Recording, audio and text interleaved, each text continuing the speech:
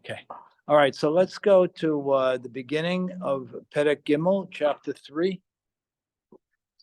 Page nine. Should be 1250 something. That.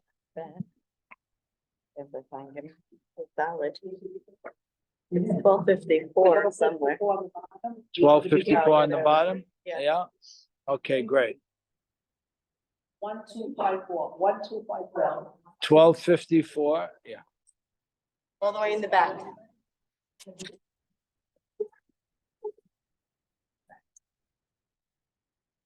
Okay. Okay, great. All righty. So, hey, Sarah. Sarah, we have books here. You're good. Okay.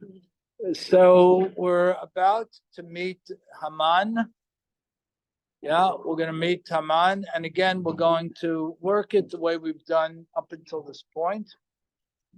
We're going to look at Haman on the pshat level, on the basic storyline level, and we're going to look at him on the level that we've been considering so far, which is more on the remez side of things, more to the hinted, more to the eternal message, a message that resonates throughout history. So we're going to touch on a couple of things. Let's go to beginning of Perek Gimel. So I'm going to read it in Hebrew and then we'll go back. Achad hadevarim ha'eleh gadal hamelech Achashverosh et Haman ben Hamdata hagagi v'yinas'ehu v'yasem et kiso ma'al kol hasarim asher ito. So achad hadevarim ha'eleh, after all that happened, we're on what page? 1254. 1254, top of the page, 1254. Hi, Mazal, how are you? No, bottom. Bottom of the page, 1254. Okay. So after these things, after certain things, what are the things? We know what the things are. We talked about the emergence of Hashverosh and his taking firm control of this empire. We talked about his approach, what he wants to do in terms of reacculturating the people to a different set of values. We talked about how Vashti almost upends that. We talked about how Hashem puts the Yeshua in place. He begins to set the stage for things by seeding the society with certain forces. We talked about Esther HaMalkah, what she is geared towards, how she was molded by Ahasuerus. We spoke somewhat about that, and we spoke in depth about Mordechai. So after all that, now the stage is set. So now all the forces are in place for whatever's going to happen, and now things are set in order to get it to move this event to the point that it must be moved, so that it becomes a reflection of something that we will face throughout time, right? Remember, what we're talking about here is that circumstances all coming into play to tell us a script that happened then and that will continue to happen throughout time. And of course, as we mentioned, it's happening now in our own lives. After all this, now, we don't have a Vav Hibur here. We don't have a connecting Vav, which will give us a little bit of liberty. It means it's after what happened, but we want to give you a little freedom to say that it's not absolutely tied to what happened. So if I have my connecting and after these things, I would say that there's an absolute connection between what was and what is. What we're saying here is it follows, but it loosely follows. And we'll see what that means a little bit as we go. Gimel Aleph. Perek Gimel Aleph. Okay, Hamelech,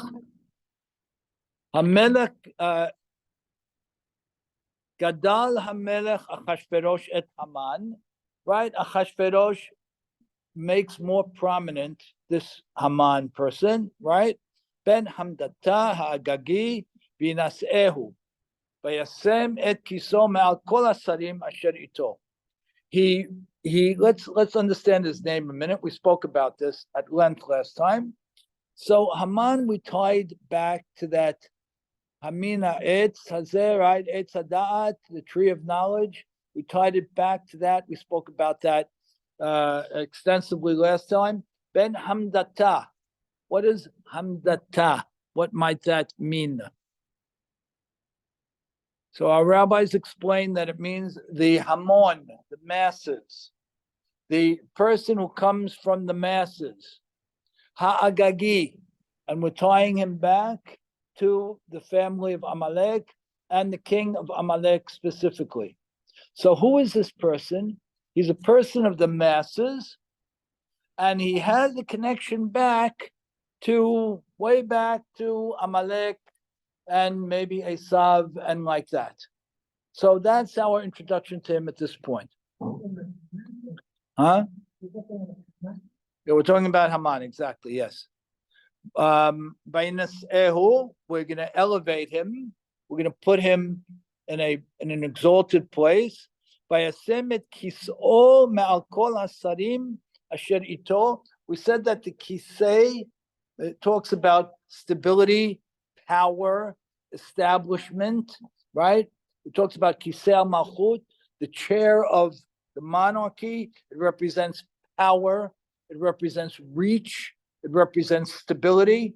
So Achashverosh is moving Haman into a place where he seemingly is towering over his other advisors, and he's firming him up.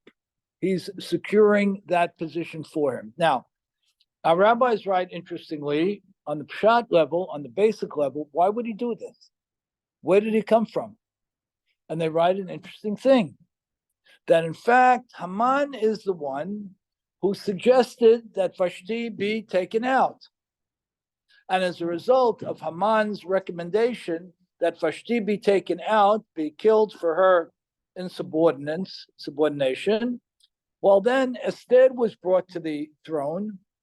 And as a result of Esther being brought to the throne, he's thrilled to have her as his queen, right? Happier than ever. And she and her uncle just saved his life. So therefore, our rabbis say on the pshat level that he's got good luck. He cares about me. He's looking out for me. He brought some great things my way.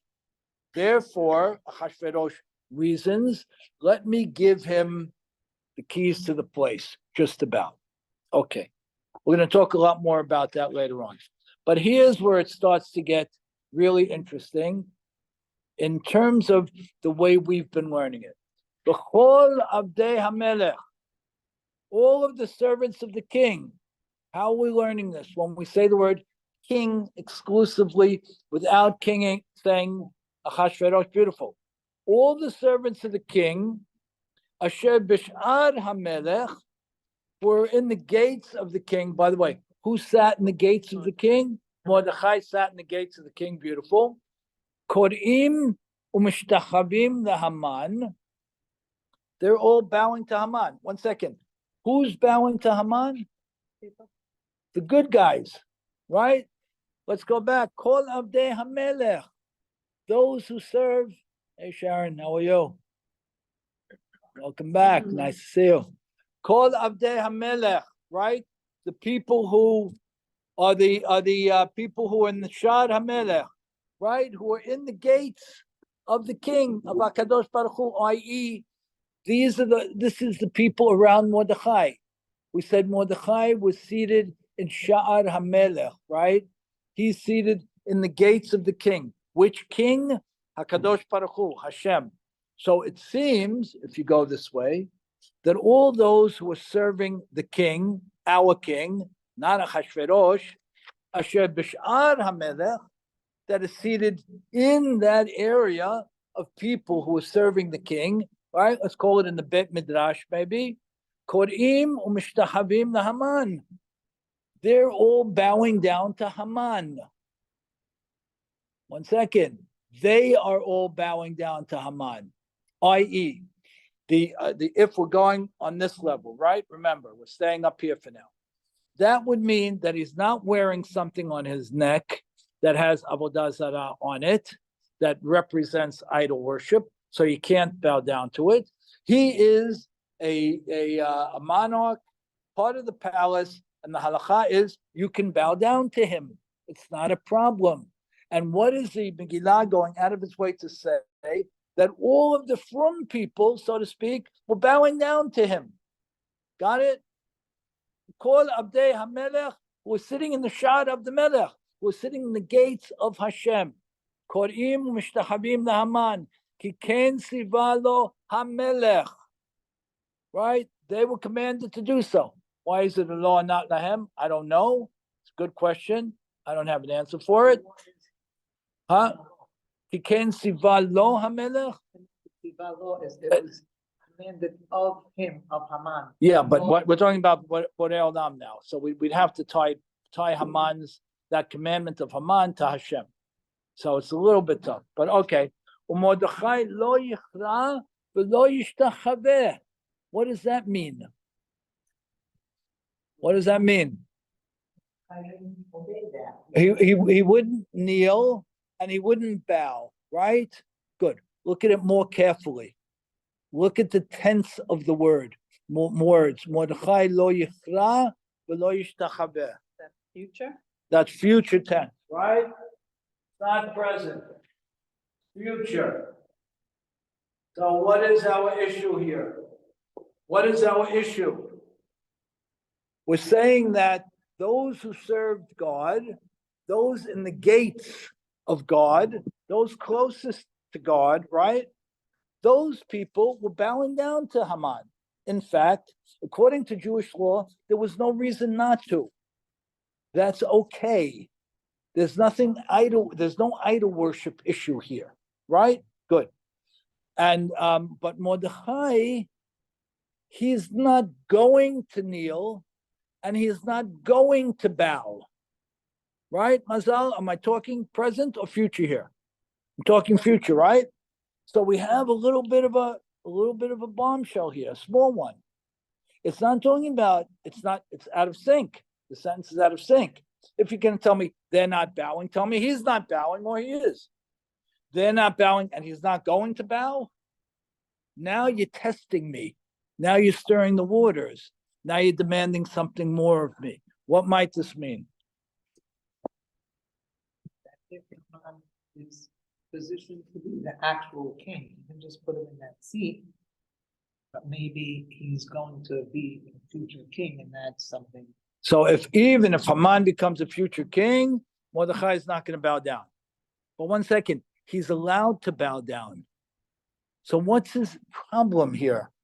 Why isn't he bowing down? A, and really, maybe this is A, but certainly, why are we talking about the future here? Lo yichrab, lo yishtachabeh, yeah? What's that? Haman in every generation. There's a Haman in every generation. Excellent, beautiful. So that'll answer question number 2. Beautiful. So there's no bowing down ever. Now the question is, why is there no bowing down if there's not a problem bowing down? Right. Good. Well, what do you want to do? What do you say? How could he go against him? Right. Let's do a few more psukim and then we're going to come back. Vayomru avdei hamelech asher b'sha'ar hamelech. Those servants of whom? Of Hashem. Sitting where? B'sha'ar Hashem. We're in verse 3. The Mordechai, they tell him, Madua ata over al mitzvat hamelech. The king, God said you can bow down to this guy. Why aren't you doing it? Day after day after day. He didn't listen. ויגידו להמן לראות ויעמדו דברי מרדכי כי הגיד להם אשר הוא יהודי. And this goes back to Haman. And now there's a test here. There's going to be a test of sorts because we're going to see if divrei, the words, the collective, expansive words of Mordechai are going to stick. Ki higid lahem asher hu Yehudi. When Mordechai was introduced to us, we talked about it a week or so ago. I pointedly skipped the term Yehudi because I told you that we weren't ready to define it. Yeah, we weren't ready to define it. Now we're going to begin to define it, right? Ki higid lahem asher hu Yehudi. 1 second. The Yehudi, right? He doesn't have a problem bowing down because there's nothing in halakha that should stop him from doing so. Good. So let's work this a little bit. First of all, let's establish as follows. It appears that the Mordechai might have been setting his own course here. It appears he was setting his own course because it appears, based on this approach, that HaKadosh Baruch Hu told him, go bow down, right? So if this all these machinations and movements, right, that are meta movements, that are forever movements, are happening really under God's hand, right, as they would be, and HaKadosh Baruch Hu gives him the right to bow down, so he seems to be doing something of his own volition. So we're going to touch on a couple of points here, and we'll see where we go with it. We have an idea that the Erev Rav, that group of misfit Egyptians that tagged on to the Jewish people when we left Egypt, and we say they were the primary offenders in what situation? In the golden calf, excellent, right? They were the primary offenders. The Erev Rav, the riffraff, the what would be another word in English for them? The rabble rousers, the left flank, right? Those people who left Egypt with the Egyptians, with us, Egyptians who left with us, to tag along to us, right? To tag along to us. There's a view, again, on the Remez Darash level, that says that those people never left. In other words, the Erev Rav, the left flank, never left the Jewish people. They're part of the Jewish people forever. And where are they? Right. Where are they? They're inside the building. Where is the Erev Rav? The Erev Rav is not on the street holding up the signs. The Erev Rav is inside. So 1 second. The Erev Rav is Shomer Torah Mitzvot. This left flank guy, according to this opinion, is someone who keeps Jewish law, right? He's not someone fighting here. He keeps the halakha, right? Yeah. So why is he a left flank? Why is he a problem to us?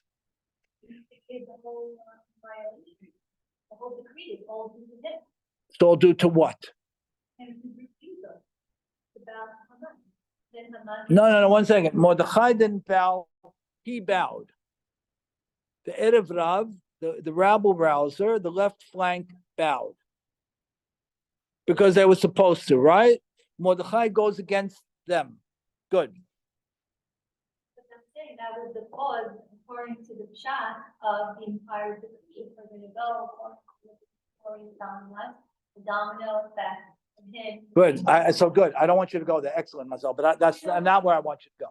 I want you to jump up with me over here. Okay. I want you to go up here. And I want you to look at this very, very big, very broad. Okay. And I want you to say like this. The left flank that hooked onto us leaving Egypt, our certain rabbis say, becomes institutionalized over time. The Erev Rav moves in and becomes part of the establishment, right? So I have to go against them. Fantastic. He didn't have to, but he does. Excellent. Excellent. So let's build it. Now, if this is true, then there's an enemy within. There's a rebellion within. Now, it's not an overt rebellion, it's a very subtle one. Because remember what we're talking about here. We're talking about a deprecation of values. We're talking about a Hashverosh moving the pendulum from 50% physical and 50% spiritual to just a couple of more levels of the physical. Now, just a couple of more levels of the physical, as we talked about, God forbid, would be just enough to distance us enough from God where it's cold, where the cold relationship of the galut, of the diaspora, gets colder. And that's what a Hashverosh wants, because if the cold relationship gets colder and people's primary focus becomes everything else, and then it's God after, then we have a massive problem. So this is what a Hashverosh wants, yeah. Bowing down to Haman represents that lowering of our, I guess, bowing down to Hashem, right? We should have reverence to Hashem, when we bow down to Hashem. Here now we're bowing down to Haman. Haman, we said, was the past. Beautiful. Hashverosh will also be going to the Pshat. He's the one who said have to back down to Haman. So the Hashverosh or whatever it is, he's saying this is how he's going to lower the level. Is that what it represents? You tell me, what do you want to say? Hi, you like that idea? Huh? You like it a little? Huh? It's something to think about, yeah? We're very serious. Why have name does Mordechai not bow down? It's not listed. It's not, it lends itself to a lot of interpretation, and it requires us to really think deeply about it. Beautiful, excellent. So now, if we're going to say that Haman represents this place as well, this gray, and Haman becomes the man of Achashverosh, right? His leading charge, right? And again, we don't have an overt problem right now. We'll talk next time. We'll continue with just a week or so after Purim, God willing. We don't have an overt problem yet. We have the same problem. And Haman is just put into place at this point for a minute. We'll talk about what happens afterwards. But at this point, he's put into place to further Achashverosh's mandate. Now, from bowing down to a person under these circumstances, under the circumstances of 180, let's say, plus 7 days of a party, which may or may not have happened, but which means that there was an overt, hour by hour, all day long, other than the times when people were sleeping, right? There was an overt effort to move people away just enough to make God number two. And that's all you have to do to bring the house tumbling down, right? My business comes first. My business comes first. My hobbies come second. By the way, nothing wrong with this. My business comes first. My personal interest comes second. And then comes my learning. And then comes my chesed. Does that sound familiar? It should, because that's the way most of us live in America. Not because anybody's not a religious Jew. We are. But that's enough of the corruption that you need to make the cold relationship colder. So now, if that's moving, right? We're 12 years into the story already, right? Esther's been in place several years at this point, right? Haman's been in place several years at this point, right? If at this point that acculturation is becoming more effective, more deeply ingrained, it's brilliant and it's working. So we're going to bow down to Haman. Why? Why not? You know, when you think about Boaz, right? And Megillat Ruth, what does he do? What does he do? What does he do other than, of course, taking the stand he takes on Ruth? What else does he do that really shook things up at the time? How did he greet people in the morning? Do you remember? Yeah, Yivarech Hashem, Hashem imachem, using God's name. How dare you do something like that? You're going to say Yivarecha Amonai to your workers? You can't use God's name that way. How dare you? That's saying God's name in vain. Where do we see the halacha that you could say Yivarecha Amonai to people every day? We don't say that, right? What does Boaz do? He says, right? Et la'asot Hashem. We're in an emergency time now. People were distanced from God, right? They were so distanced that it brought a famine on the people, right? So what am I going to do? I'm going to throw God's name in their face. Did he have any right to do that? Al pi halacha, according to Joshua, no. Did he have every right to do that as a leader? Absolutely yes. So what does Mordechai do based on this approach? What does Mordechai do? He says, Lo yichna v'lo yishtachaber. I know where this is going. I see where it's going. I'm putting my stake in the sand right now. I'm going to take a position now. By the way, it's in the sand, so it may not stick, but that's the position I'm going to take right now, and I'm not budging. And by the way, who am I at war with? I'm not at war with the assimilated Jew. I'm at war with the guys right next to me, Bishad HaMelech, right? That's where I'm at war. Okay, good. Now, good, we're okay with that? So I want you to,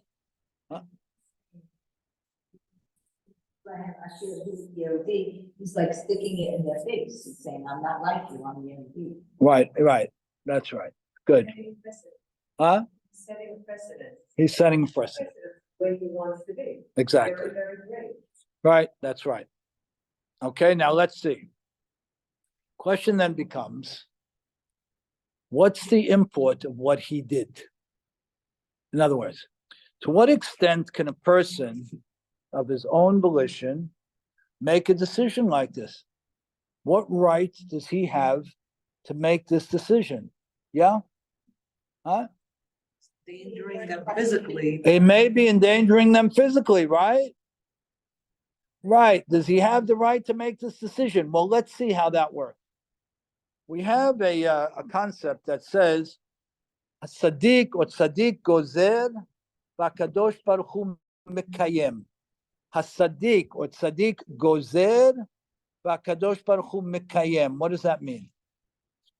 What does that mean? That the tzaddik determines or The Tzaddik, the righteous man or woman, makes a decision, declares, makes a decision, declares, right? Declares, and God follows. What? Yeah. The person makes a declaration. Huh? But God is bound by his decision.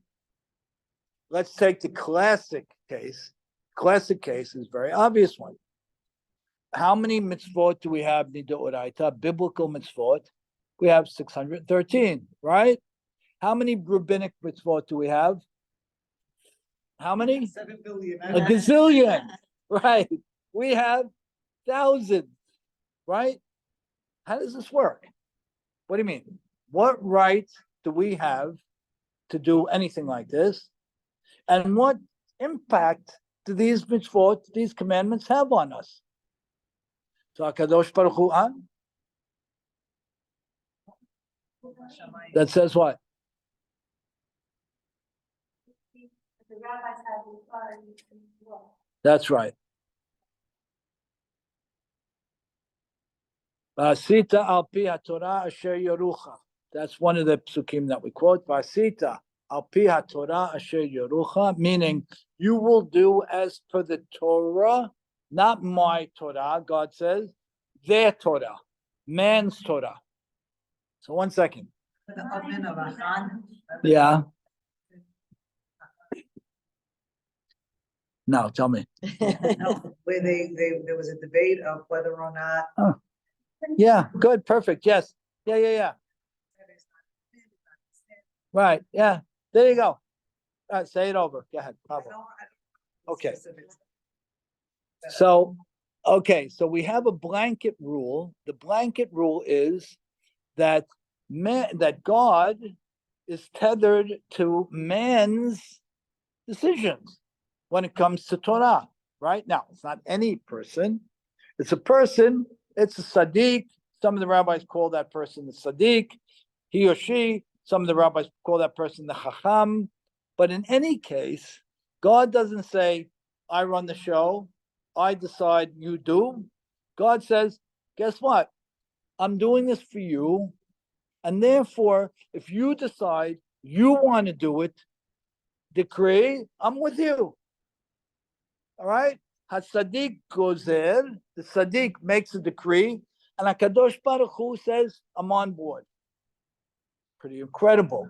And that's really the basis of everything, because as we mentioned, we have a limited number of mitzvot that Hashem gave us, and thousands of mitzvot that we decided, and when we decide to do them, we bring down Shem Malchut, God's name, as saying, the reason I'm doing these things, because Asher Kedeshanu b'mitzvotav v'sivanu. Who? God. What do you mean? God didn't obligate you to do this. Oh, yes, he did, because I said it. He now takes it on. So in a general, broad sense, we have this mandate and this opportunity from God to really define and expand and develop and establish. Good. Now, we have a couple of other interesting cases like that. When Miriam tells her father, Amram, right? What did she tell him? Your decree is worse than Paro's decree, right? What was Pharaoh's decree? Means what? Right? Right. So all the males would be thrown into the water, right? All the male babies, according to Pharaoh, would be killed, right? But when Amram separates from his wife and everybody follows suit, then his daughter tells him, you're worse than him. That's one way to look at it, right? That based on your thing, we're not going to have daughters and we're not going to have sons. But based on this perspective, it's a little bit different. Based on this perspective, it goes like this. Pharaoh's decree may or may not stick. It's down here. Nobody cares what Pharaoh says. But you, Amram, you're a tzaddik. If you make a gezerah, if you make an edict, God has to stamp it with his approval. You can't do this. You'll destroy the Jewish people. We'll be finished. Do you understand that you're a tzaddik? And when a tzaddik does something like this, right? A tzaddik gozer b'Hashem mekayem. You make an edict, and God is obligated because of your stature and prominence in the Jewish people to stamp it and validate it. You know what you're going to do to us? Miriam says, we're finished. But may not last. In a year, in a month, in a minute, he may be out. But you made a gezerah, and you make a gezerah, we can't block it. I'll give you a couple others real quick. We have many, many references like this throughout the Talmud. Choniya Ma'agal, right? What's the story with him? There's no rain, right? They're going there, and he tells God. I ain't moving. Who cares what you want to do, Mr. Choni? I'm angry at the people, God says, Ardeno, and I am not moving, and I'm not allowing there to be rain in punishment. Choni says, I know who I am. I dedicated my life to you. I can make certain assertions about myself. And guess what? I want the rain. What happens? It rains. It rains. What do you mean? You? Huh? Like if you go back to creation, when Hashem starts and gives us the ability to finish. Beautiful. Now, like by going against the decree or putting me on stage. Right. Does he give us the ability to finish so far as to go against him? Great. And even when I go against God, that's the rub. The rub is that God wanted something else. That's like the tree. When he built the tree and he said, no, I want the bark to be. Great. Great. Okay, good. It's beautiful. So it's in the system. It's, Going against God. I think God empowers us to be a partner with him. I don't think use the term going against God. Okay. rise up to that occasion. Okay. All right, I'm okay with that. I'm okay with the apologetics. I don't mind it. I don't mind it. I don't mind it because what is written is not apologetic at all. Hasadik gozer b'Hashem mekayem. The Sadiq says, sorry, we have a better idea here. Sorry, you have a better idea? Yeah, sorry, we have a better idea. We're going with ours. I'm going to give you one more and then we'll go back to our core story. Huh? Yeah, but he wasn't talking, he was talking to the things he had created already. That's one of the birds. Okay. What else is a primary example? And again, there are a number of others, but another primary example is when Yaakov Avinu, right? What does he do? He switches hands, right? And who does he make? Who does he make the older and who does he make the younger? Huh? He makes the younger one older. 1 second. And who honors it? HaKadosh Baruch Hu honors it. Because going forward, we notice that Ephraim is considered the older one, right? Is listed in that thing. So 1 second, he's the younger brother. He was born younger. You can't change that. Oh, yes, I can. Because I'm the Sadiq, I can do what I want. Okay, so far? Good. Now. In what way? The Delacha, and that caused like trouble for the rest of their lives. Right. Caused trouble. I don't know. I don't know if that's what caused trouble, but huh? Yeah, I put it on. I don't know. Maybe you want to check it. I thought I raised it. Okay. So what? Thank you for. Well, I will. Esav wasn't Amalek from Esav, and you know. Yeah, but Esav and all of that, you know, we're not going to say it was about switching the berachot or anything like that. You know, we're not going to say it was. We're not going to say. I mean, it's a bigger discussion, but we're not going to say it came as a result of that. You know, I mean, we could talk further about it, but so what does Mordechai decide? He says like this: the Erev Rav, the left flank. The rabble rousers are inside the synagogue.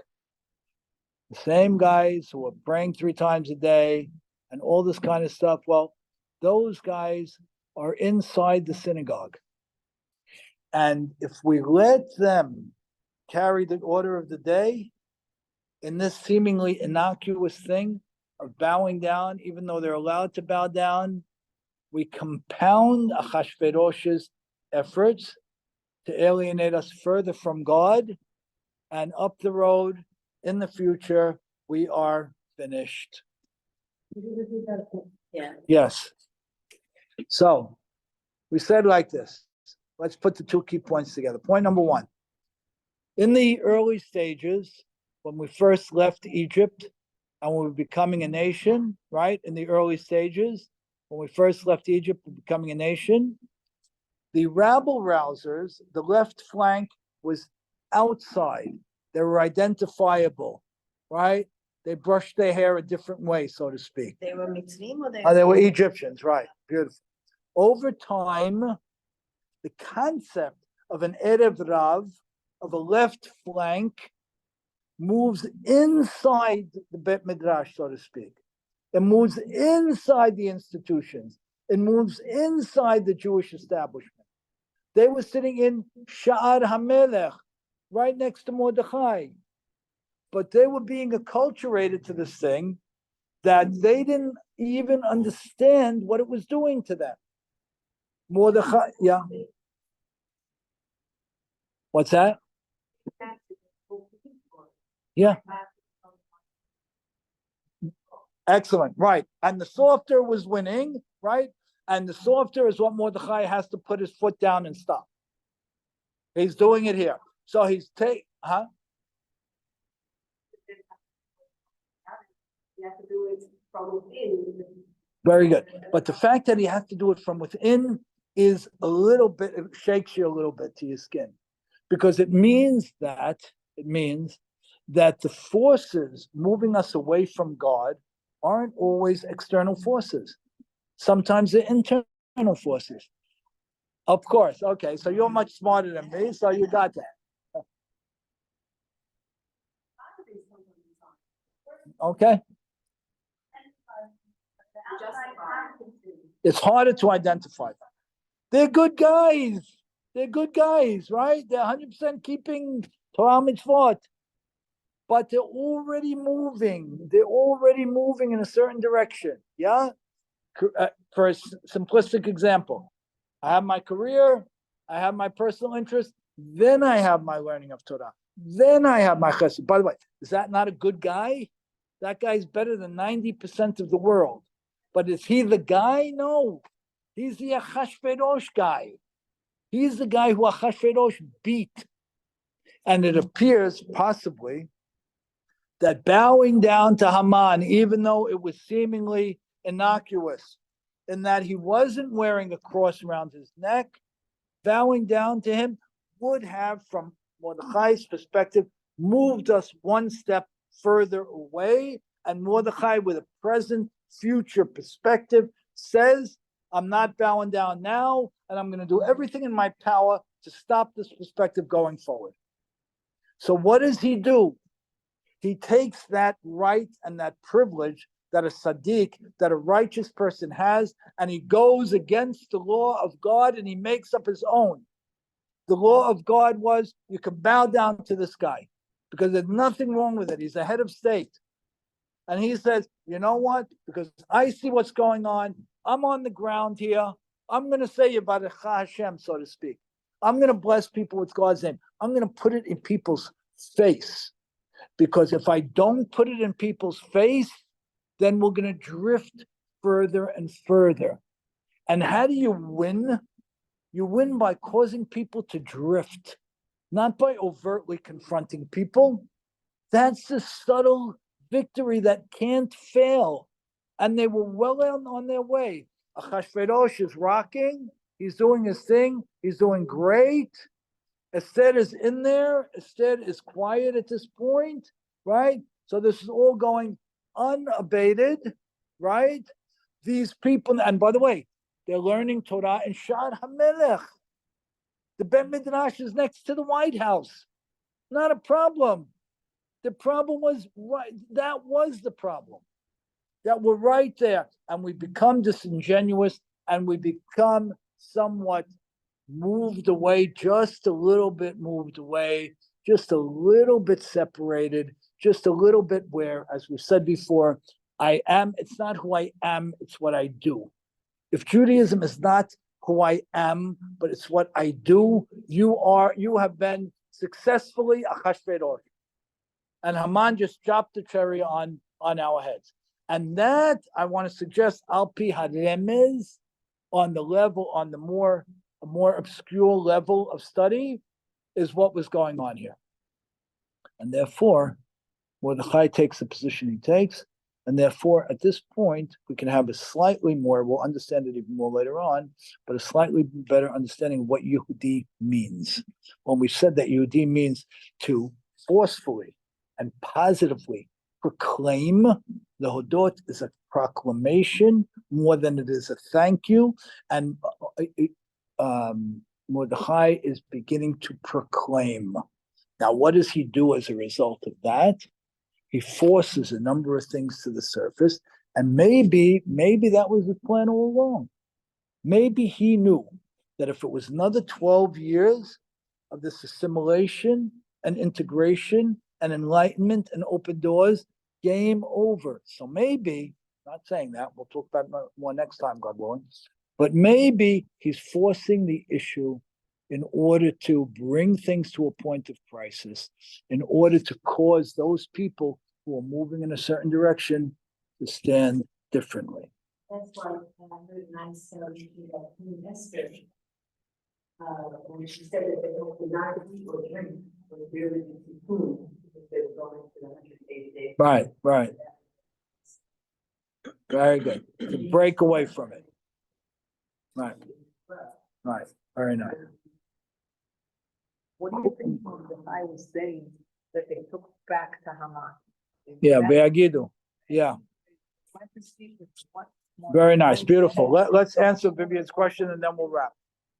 Say it one more time, it's great. What was it that Mordechai was saying? What was the Mordechai that they took to be verified, took it to Haman to see whether or not Mordechai's.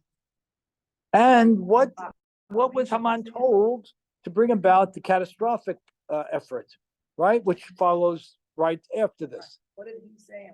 What did he say and what did he say? No. Right. Then he realized that Mordechai was. Beautiful. So what goes back? We're gonna talk about this in depth, God willing. Huh? That's your transition point.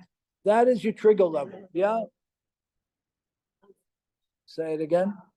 I didn't understand, I still don't understand, what is it that the Pasuk is trying to tell us that Mordechai said that the people took back to Haman to let Haman verify whether or not what Mordechai said would stand. Good. And the king, and by the way, Achashverosh jumps on board in 5 seconds. Doesn't take him a second to say, Realizes that Mordechai is not bowing down to him, and then the whole story. and then the whole story happens with the lottery. Right. I feel like it's a pivot. Exactly. So we're going to talk about it in depth. Well, let's just circle around it a little bit. What was the Hagid, right? We know what the Hagid means, right? The Hagid means to editorialize. Doesn't mean to say directly. It means to editorialize. So they editorialized to Mordechai, which means what? They took the Davad mitoch Davad, right? They took an understanding. They took what they believed were the messages, the meta messages, right? What did they say that caused Haman to go to Achashverosh, to go to Achashverosh and say, change of plans?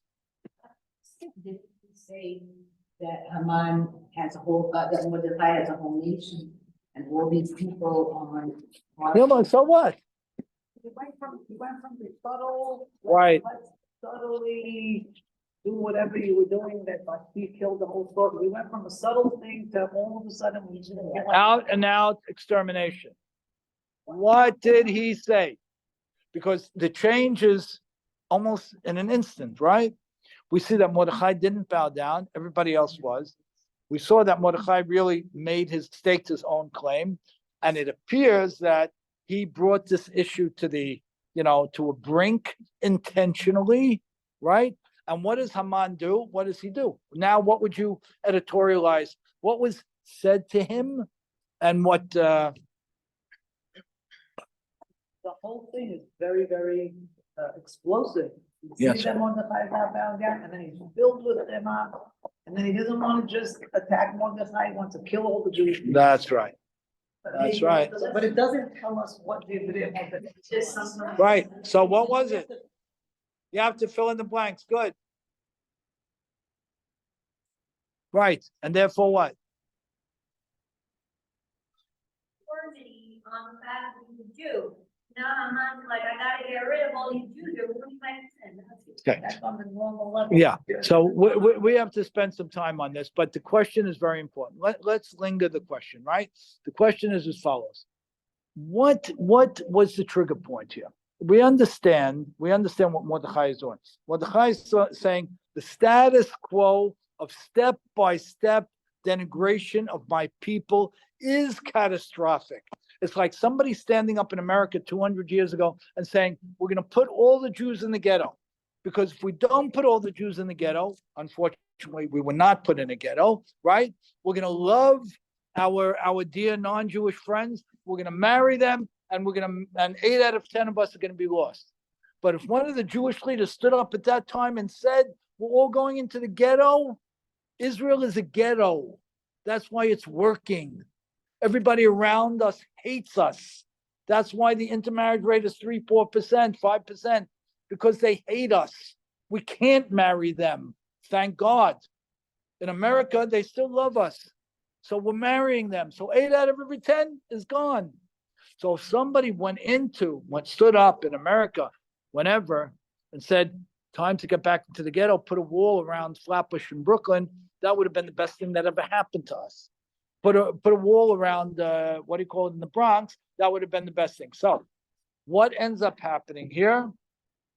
We're gonna talk about it in depth, but it appears that Haman realized and communicates to Ahasuerus that this man was gonna take the whole program down, that he was attacking the subtleties of the program, and that the program would fail. Now, you could say, so take him out.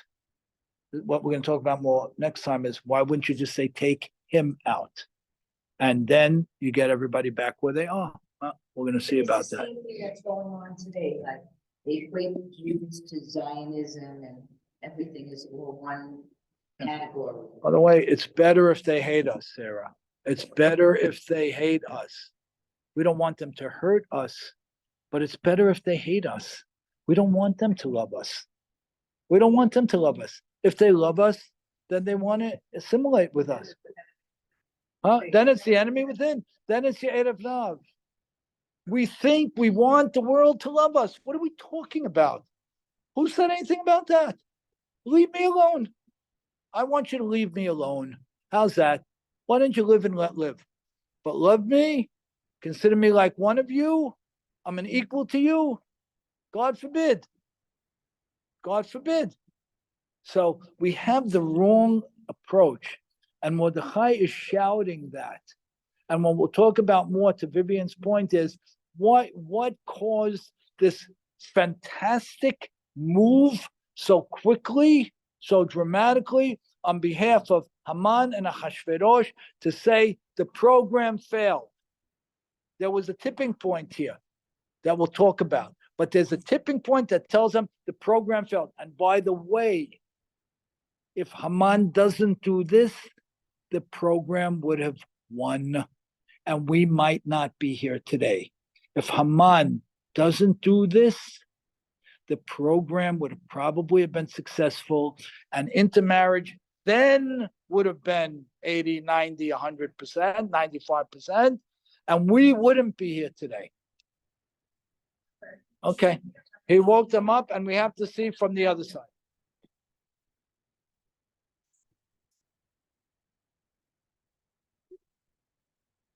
Nice. That's a very nice way to say it. Now that they have a dual loyalty. Nice. Maybe they wanted. Now they want to find people to back. The next step is machine in their houses. Right. Right. Nice. I think. When you think. You don't know nothing. Thank you. Thank you, Flora.